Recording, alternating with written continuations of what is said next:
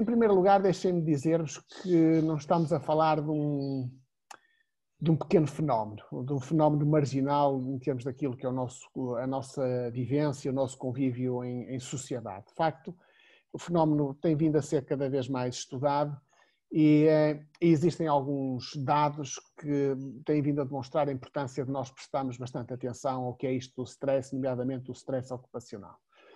Alguns dados que demonstram que realmente problemas de adaptação das pessoas ao trabalho fica caro em termos de absentismo, de baixa produtividade, de turnover. Turnover é entrada e saída, enfim, com um ritmo demasiado rápido de pessoas nos mesmos locais de trabalho, de dentro e para fora da empresa.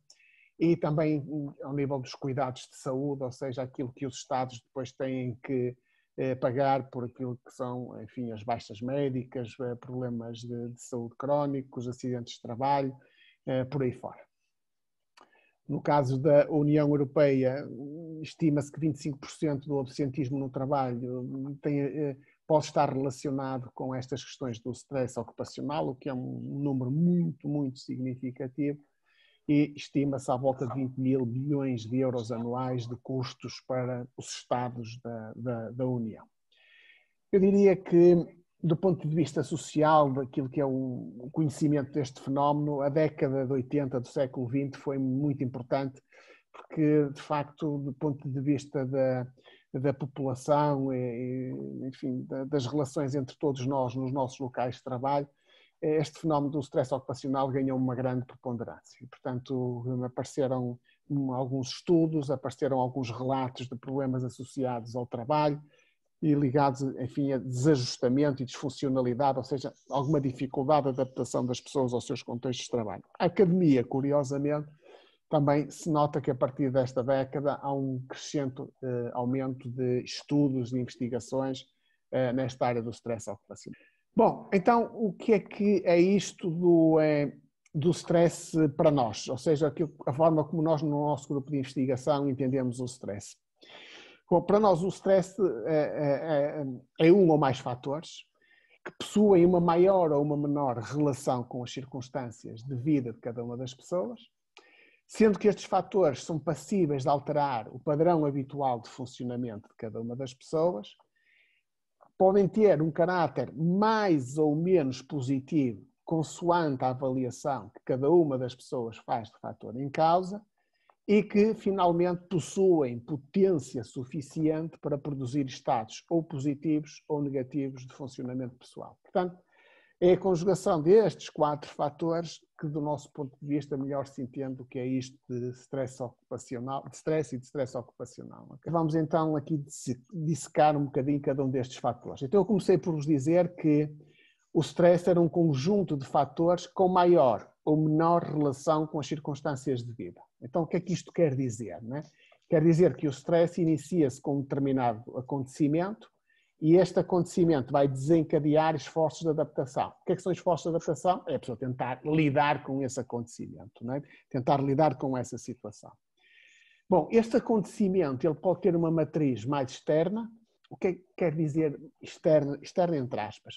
Quer dizer que às vezes as pessoas conseguem identificar muito bem aquilo que lhes está a gerar stress, por exemplo, fazer um teste, por exemplo, num determinado período terem excesso de trabalho, numa determinada fase, infelizmente, tiveram problemas no trabalho. Portanto, há situações, há acontecimentos em que as pessoas conseguem determinar muito bem o que é que foi gerador de stress, mas também é verdade que este acontecimento pode ter uma matriz mais interna, ou seja, pode derivar muito do funcionamento de cada uma das pessoas. Por exemplo, o tipo de objetivos que as pessoas estabelecem pode, por vezes, colocá-las mais disponíveis para sentir stress. O perfeccionismo, que é a vontade de fazer sempre tudo bem, se for exacerbado, também pode colocar a pessoa numa maior predisposição para o stress. A capacidade da pessoa tolerar stress e frustração, igual. Portanto, estão a ver, há, por vezes, um conjunto de fatores mais internos que podem também serem eles o acontecimento, serem eles o fator de stress. Portanto,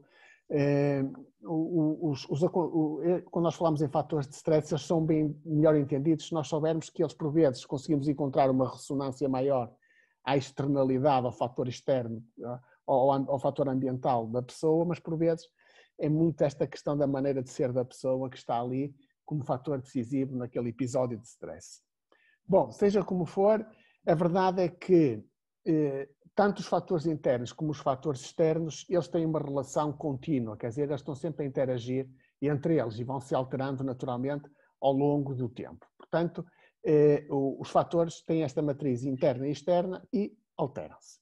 O segundo vetor que tínhamos colocado era que estes fatores podiam alterar o funcionamento das pessoas, ou seja, têm de conseguir alterar o funcionamento das pessoas. Bom, o que é que isto quer dizer? Quer dizer que eles desencadeiam um conjunto de reações importantes no funcionamento da pessoa. Bom, e quais são estas reações? Que reações são estas? Portanto, as reações podem ser psicológicas, que têm muito a ver com reações cognitivas ou emocionais, por exemplo, a pessoa sentir-se desanimada, ansiosa, com pouca confiança, ok? Podem ser ao nível fisiológico, tem a ver com reações, por exemplo, cardiovasculares, bioquímicas ou gastrointestinais, por exemplo, aceleração do batimento cardíaco, aumento da sudação, problemas de estômago, intestinais, por aí, problemas de apetite, por exemplo, também. E depois também tem uma matriz comportamental, que tem a ver com o tipo de reações que a pessoa tem naquele momento em que está a ocorrer o fator de stress, que pode, por exemplo, imagine as pessoas terem uma maior predisposição para enfrentar, quererem resolver imediatamente o problema, ou podem ter uma atitude mais defensiva, mais reservada de afastamento. Portanto, as reações que as pessoas têm naquele momento podem ser ao nível psicológico, fisiológico ou comportamental. Bom, apesar de eu estar aqui a dividir isto, psicológico, fisiológico e comportamental, a verdade é uma, não é? Estas relações entre o lado mental, o lado físico e o lado comportamental é também uma relação contínua e dinâmica que se vai alterando ao longo do tempo. Portanto, o segundo vetor é que estes fatores alteram, quebram o nosso nível habitual de funcionamento. Bom, e o terceiro vetor, a questão que coloco é: bom, mas eles vão quebrar num sentido positivo ou num sentido negativo? Ou seja, a pessoa perante o stressor poderá estar mais numa circunstância de se sentir debilitada ou de se sentir fortalecida e confiante.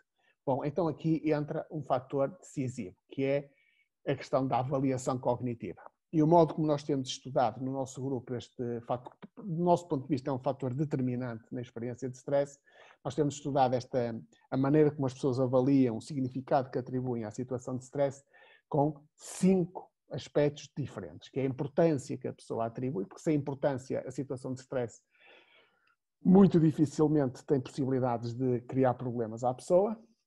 Depois, aquilo que nós chamamos de avaliação cognitiva primária, que tem 2 vetores, que é a sensação de ameaça, que é quando as pessoas olham para o stressor como algo perturbador e negativo, ou, de modo inverso, como um desafio, como qualquer coisa que é estimulante e é desafiante.